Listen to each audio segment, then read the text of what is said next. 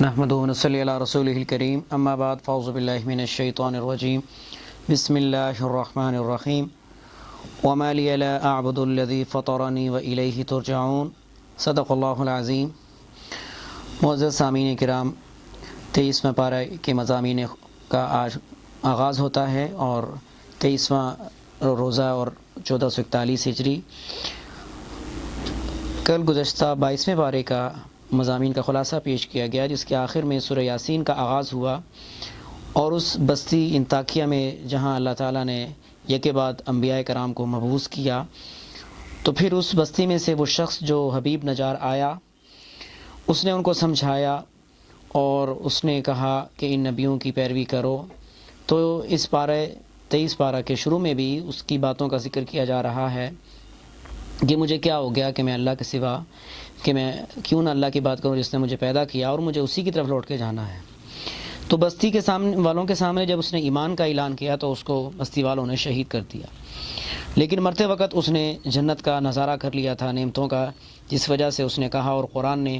اس کے الفاظ کی ترجمانی کی کہ کاش میری قوم جان لیتی کہ میرے رب نے میری بخشش کر دی اور مجھے عزت والوں میں ٹھہرا دیا۔ اس کے بعد کی آیات میں اللہ تعالیٰ نے ذکر فرمایا کہ اللہ تعالیٰ نے ایک ہولناک چیخ کے ذریعے اس پوری بستی کا خاتمہ کر دیا اور کسی بڑے لشکر کو اتارنا نہیں پڑا آسمان سے اس قوم پر عذاب کے لیے۔ پہلے رکوع میں قدرت کاملہ کے دلائل دیے جا رہے ہیں کہ تم ذرا دیکھو کہ زمین کو اللہ تعالیٰ کیسے زندہ کرتے ہیں بارش برسا کے، پھر اس میں سے کیسے باغات، انگوریں اور طرح طرح کے چشمے نکالتے ہیں، اور پھر اللہ تعالیٰ نے اس چیز کو بھی بیان کیا کہ ہر چیز کے زمین میں اللہ نے جوڑے بنا دیے۔ تو یہ قرآن نے اب سے 1400 سال پہلے اس کا اعلان کر دیا اور آج اس چیز کو سائنس بھی تسلیم کرتی ہے۔ پھر اللہ تعالیٰ نے چاند اور سورج کی منزلیں طے کر دی، اس کا تذکرہ کیا، جو اپنے ضابطے کے مطابق اپنے اپنے مدار میں گردش کر رہے ہیں، ان سب کو چلانے والی اللہ ہی کی ذات ہے۔ اس کے بعد کی آیات میں دوسرا رکوع کا آغاز ہوتا ہے، جس میں اللہ تعالیٰ نے قیامت میں ہونے والی ہولناکیاں اور اس کیا حالات سامنے آئیں گے فرمایا کہ سور پھونکا جائے گا، اور پھر اللہ تعالیٰ فرما رہے ہیں کہ وہاں کسی پہ ظلم نہیں ہوگا، متقین لوگ نعمتوں میں ہوں گے اور مجرم لوگوں کو الگ کر دیا جائے گا، اور اعلان ہوگا وَامْتَازُوا الْيَوْمَ أَيُّهَا الْمُجْرِمُونَ، آج مجرم لوگ الگ ہو جائیں۔ اور پھر مسلم لوگوں کے متعلق ایک اہم بات یہ بھی بیان کر دی کہ اللہ تعالیٰ کی عدالت میں جب وہ لوگ کھڑے ہوں گے تو وہ اللہ کے اس نظام اور سسٹم کا انکار کر دیں گے، اپنے گناہوں کے جب اعمال لکھے ہوئے دیکھیں گے تو اللہ تعالیٰ ان کے منہ پر مہر لگا دیں گے اور اس دن ان کے جسم کے اعضاء گواہی دیں گے۔ اور اسی طرح قرآن میں دوسری جگہ اللہ تعالیٰ نے فرمایا کہ اس کی کھال بھی گواہی دے گی، تو انسان پھر بے بس ہو جائے گا اور اس کو سزا بھگتنا ہوگی۔ آخری رکوع میں اللہ تعالیٰ نے اس چیز کو ارشاد کیا، فرمایا کہ کافروں کو اللہ تعالیٰ کیسے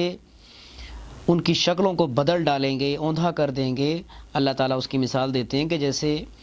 انسان اپنے بچپن کو دیکھے کہ بچپن سے جوانی، پھر جوانی میں اس طاقت و قوت کا مظاہرہ، اور پھر جب وہ بڑھاپے میں آتا ہے تو کس قدر بے بس اور لاچار ہو جاتا ہے، اور انسان کے دانت گر جاتے ہیں، اس کا چہرہ کس طرح سے کمزور ہو جاتا ہے، تو اس طرح سے بھی تو اس کی شکل تبدیل ہو جاتی ہے۔ تو اللہ کے لیے ان کفار کی شکلوں کو بدلنا کچھ مشکل نہیں ہے۔ اس کے بعد آخری آیات میں اللہ تعالیٰ نے فرمایا کہ جو اللہ زمین و آسمان کو بنا سکتا ہے اور جو کسی کام کو کرنے کا فیصلہ کر لے تو صرف یہ کہتا ہے کن ہو جا تو وہ ہو جاتا ہے، اس اللہ کے لیے مرنے کے بعد زندہ کرنا کیا مشکل ہے۔ سورہ صافات یہ مکی صورت ہے۔ اس صورت کے آغاز میں اللہ تعالیٰ نے فرشتوں کی قسم کھائی جو صف باندھنے والے ہیں اور در سے توحید دیا، اور پھر اللہ تعالیٰ نے قدرت کی نشانیوں کا تذکرہ کیا، اور قدرت کی جو نشانیاں زمین میں نظر آتی ہیں یہ انسان کے ہی کام آنے والی ہیں۔ اسی طرح اللہ تعالیٰ نے شہاب ثاقب کا تذکرہ کیا کہ جو جنات اور شیاطین آسمان کی طرف جاتے تھے ان کو یہ مارے جاتے ہیں۔ اسی طرح کفار جو حیران ہوتے تھے مرنے کے بعد زندہ ہونے کو، اللہ تعالیٰ نے ان کے متعلق دلائل دے دیے کہ کیسے قیامت آئے گی، اور پھر یہ افسوس کریں گے، اور اس دن افسوس کوئی کام نہیں آئے گا لیکن ان کو اپنی سزا بھگتنا پڑے گی۔ جنتیوں کی نعمتوں کا تذکرہ بھی اللہ نے فرما دیا یہاں پر کہ جنتی لوگ جنت میں جانے کے بعد آپس میں کیسے مکالمہ کریں گے، ان کی بات چیت ہوگی، ان کو اللہ تعالیٰ نعمتوں سے نوازیں گے، وہ خوشی کی زندگی گزاریں گے۔ تو ان باتوں کے درمیان ایک جنتی بتائے گا کہ دنیا میں میرا ایک دوست ہوتا تھا اور وہ آخرت پر یقین نہیں رکھتا تھا، اور وہ یہ کہتا تھا کہ مرنے کے بعد کیسے انسان زندہ ہو جائے گا جب اس کی ہڈیاں گل سڑ جائیں گی، اور جب میں اس کو دلائل دیتا تھا تو وہ اس پر یقین نہیں کرتا تھا۔ تو اس کے دوسرے دوست کہیں گے آپ دیکھنا چاہتے ہو اس وقت اس کا حشر کہاں ہے، جو اپنی عقل اور اپنی عقل کے گھوڑے دوڑانے پر ہی یقین رکھتا تھا، تو اس کو بتایا جائے گا کہ وہ جہنم کے بیچ میں ہے۔ تو یہ اس کا دوست اس پہ اللہ کا شکر ادا کرے گا کہ اگر اللہ کی مہربانی نہ ہوتی تو مجھے بھی آج وہ ہلاک کر دیتا۔ تو اس سے بری صحبت کے نتائج کا بھی اندازہ ہو جاتا ہے۔ رکوع نمبر 3 میں انبیاء کرام کے قصوں کو بیان کیا جا رہا ہے، اور سب سے پہلے آدم ثانی حضرت نوح علیہ السلام کا تذکرہ کیا گیا، کیسے ان کو قوم کی طرف مبعوث کیا گیا،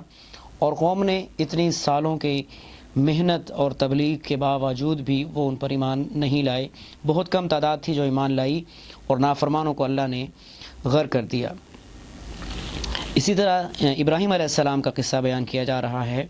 کہ کیسے انہوں نے اپنے والد اور قوم کو نصیحتیں کی،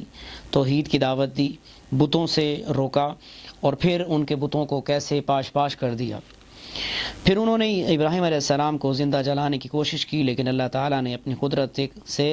ابراہیم علیہ السلام کو محفوظ کر لیا۔ اس کے بعد اسماعیل علیہ السلام کے متعلق جو ان کو بیٹے اللہ نے عطا کیے، ان کی دعا سے تو اللہ نے جب بیٹا دے دیا تو ابراہیم علیہ السلام نے خواب دیکھا کہ میں اپنے بیٹے کو اپنے ہاتھوں ذبح کر رہا ہوں۔ تو نبی کا خواب وہی ہوتا ہے، ابراہیم علیہ السلام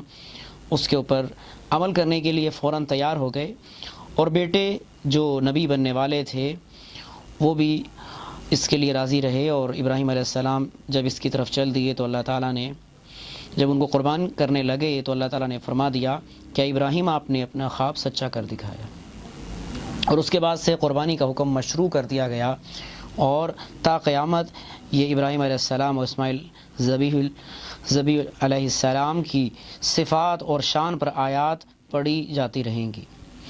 چوتھے رکوع میں موسیٰ علیہ السلام اور ہارون علیہ السلام کا واقعہ بیان کیا جا رہا ہے۔ اس کے بعد الیاس علیہ السلام کا واقعہ کہ جس قوم کی طرف ان کو مبعوث کیا گیا وہ ایک بت کی پوجا کرتی تھی جس کا نام بعل تھا،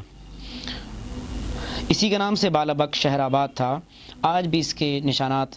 دمشق میں ملتے ہیں۔ تو الیاس علیہ السلام نے اس قوم کو توحید کی طرف بلایا۔ اس کے بعد کی آیات میں اللہ تعالیٰ نے ابراہیم علیہ السلام کے بھتیجے لوط علیہ السلام کا تذکرہ فرما دیا کہ جس قوم کی طرف ان کو مبعوث کیا گیا وہ جس گناہ میں مبتلا تھے ان کو منع کیا گیا، لیکن باز نہ آنے کی صورت میں عذاب الہی سے دوچار ہوئے۔ اس کے بعد اس صورت کے آخر رکوع میں یونس علیہ السلام کے قصے کو بیان کیا گیا کہ یونس علیہ السلام کو کس طرح سے مچھلی کے پیٹ میں رہنا پڑا، اور پھر اللہ تعالیٰ نے وہاں سے دریا کے کنارے ان کو اتار دیا، اور پھر یونس علیہ السلام کی قوم کا تذکرہ بھی کیا گیا کہ جب ان پہ اللہ کا عذاب آنے لگا اور ان لوگوں نے اللہ سے گڑ گڑا کے توبہ اور آہوزاری کی تو اللہ نے اس عذاب سے ان کو بچا لیا۔ سورہ صاد کا آغاز ہوتا ہے، مکی صورت ہے۔ اس صورت کی ابتدا میں رسول صلی اللہ علیہ وسلم کی سچی نبوت پر قرآن کی طرف سے گواہی پیش کی جا رہی ہے، اور پھر اللہ تعالیٰ فرما رہے ہیں اپنے قدرت کے دلائل، اپنی وحدانیت کے، اور کفار مکہ کی اس بری عادت پر کی مذمت کی جا رہی ہے کہ وہ حیران ہوتے تھے کہ کیا یہ کیسے ہو سکتا ہے کہ ان کو سمجھانے کے لیے ایک نبی کو بھیجا گیا جو انسانوں کی شکل میں ہے۔ پھر اس کے بعد اللہ تعالیٰ نے کفار مکہ جو اپنی غلط عادات اور رویہ رکھنے کی وجہ سے اس کے اندر عادی ہو چکے تھے، اللہ تعالیٰ نے ان کو انجام بتایا کہ اس سے پہلے بھی قومیں تھیں لیکن وہ اللہ کے عذاب کے مستحق ٹھہرے۔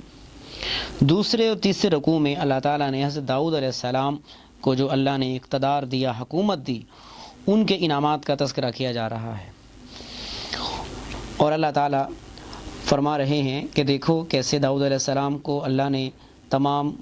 ظاہری باطنی قوتوں سے نوازا، اور پھر وہ کیسے اللہ کے شکر گزار بنے، اس اقتدار حکومت کے باوجود کہ وہ ایک دن روزہ رکھتے ہیں، ایک دن افطار کرتے ہیں،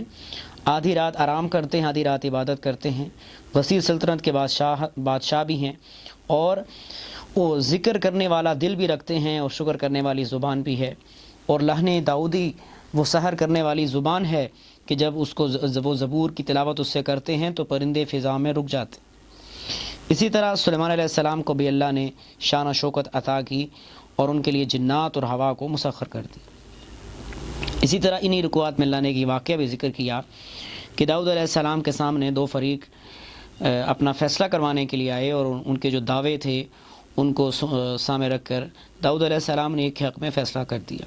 لیکن کچھ گوشے اور کچھ چیزیں ان کے نظروں سے اوجھل ہو گئی تھی، جس کی بنا پر ان کو احساس ہوا اور اللہ سے معافی چاہی اور سجدہ ریز ہو گئے۔ اس کے بعد کے آیات میں اللہ تعالیٰ نے اس چیز کو ارشاد فرمایا اور یہ سمجھایا داؤد علیہ السلام اور سلیمان علیہ السلام کی حکومت اور سلطنت کو بیان کر کے کہ اگر انسان اپنے پیدائش کے مقصد کو پہچان لے کہ اللہ نے اس کو کیوں پیدا کیا ہے اور یہ قرآن پر عمل کرے تو اللہ تعالیٰ اس کو بھی حکومت، کرسی اقتدار ضرور نوازیں گے۔ رکوع نمبر 4 میں ایوب علیہ السلام کا قصہ بیان کیا جا رہا ہے، جو یعقوب علیہ السلام کی اولاد میں سے تھے، جن کو اللہ نے بڑے مال دولت، نوکر چاکر، باغات اور مویشی عطا کیے تھے، لیکن وہ سب آزمائش میں چلے گئے، لیکن ایوب علیہ السلام نے صبر سے کام لیا